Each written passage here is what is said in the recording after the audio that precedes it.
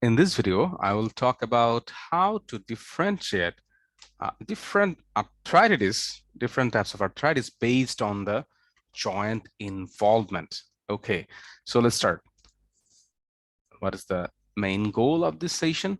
The goal is to differentiate. I think I need a better pen. Differentiate different polyarthritis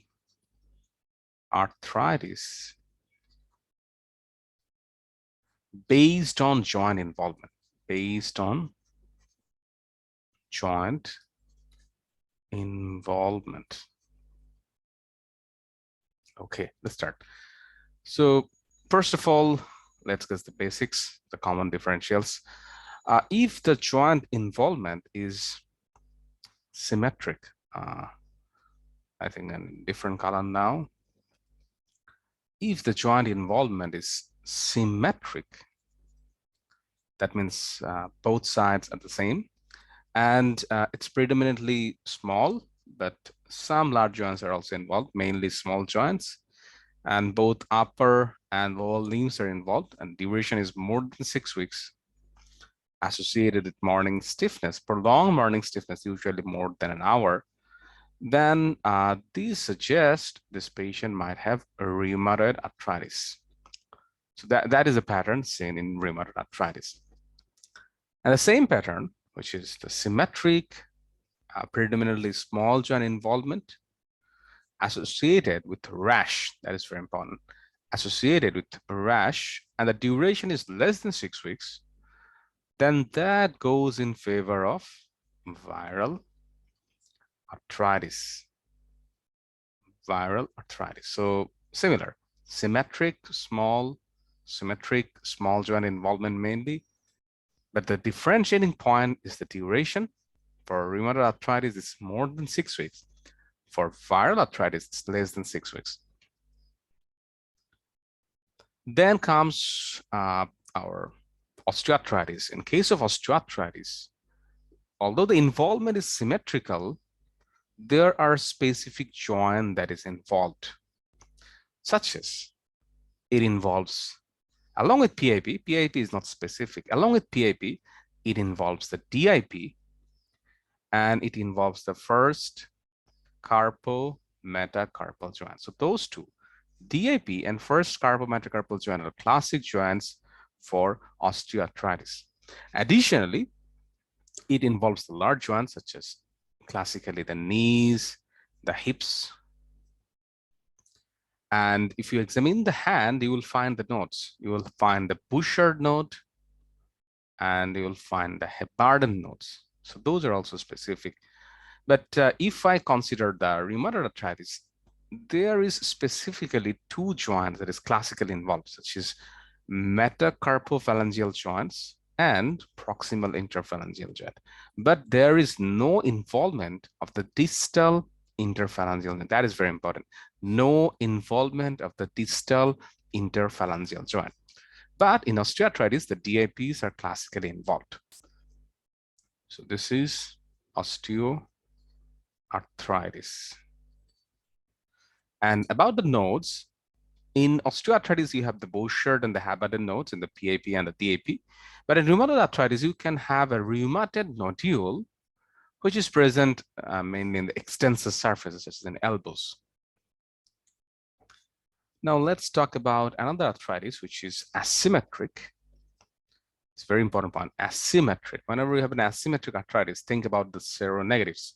So if you have asymmetric arthritis that involves not only PIP, but also DIP, high yield DIP involved, along with some nail changes and maybe plus minus some skin changes, then that goes in favor of a psoriatic arthritis. So in psoriatic arthritis, the classic words to look for are asymmetric, distal interphalangeal joint involvement, nail changes, and skin changes. What are the nail changes? The nail changes could be your pitting, could be onycholysis, and there could also be, in some cases, subungual hyperkeratosis.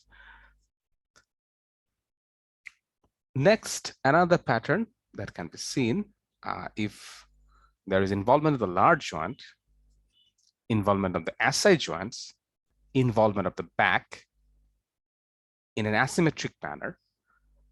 This goes in favor of seronegative arthritis, among which I think the most common ones would be Angst-Pond and enteropathic arthritis. Okay. And if there is a history of urethritis or dysuria or history of sexual exposure, and following that you have an evidence of arthritis, usually asymmetric arthritis involving the large joints, then it goes in favor of the Reiter syndrome, which is another seronegative arthritis. So those are the common ones to look for. And among the uncommon one, exactly just like rheumatoid arthritis, if a patient has a symmetric arthritis that involves both small and large joints, both upper and lower limbs, just like rheumatoid arthritis, but the age is less than 18 years, then that is GIA, juvenile idiopathic arthritis, which is kind of like the counterpart of rheumatoid arthritis in children.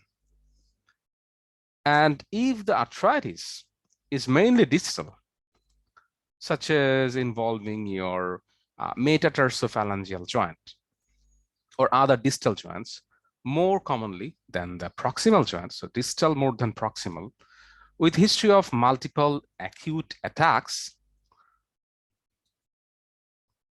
along with some risk factor for hyperuricemia, then that suggests probably the patient has gout or gouty arthritis. And oftentimes in gout patients, you will also find the gouty tophi, which is also known as the chronic tophaceous gout.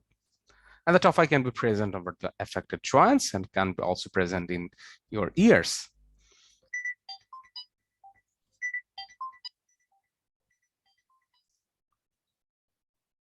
Okay, so basically the most common differential diagnosis for polyarthritis are done, but there are some other diseases which may involve in the similar fashion as rheumatoid arthritis, such as symmetrical arthritis that involves both large joints and the small joints.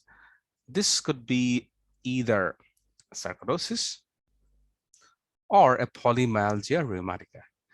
But there will be some additional findings. For example, in sarcoidosis, from top to bottom, we can find specific findings. The patient can have lupus pernio on the face. The patient can have cervical lymph nodes. On the lungs, you'll have findings suggestive of DPLD, which is the fine crackles, which is the late inspiratory crackles, which is like a Velcro. And then you can find in the legs, there will be erythema nodosum. And usually in sarcoidosis, the classic joint that is involved is the ankle. So classically, the ankle is involved.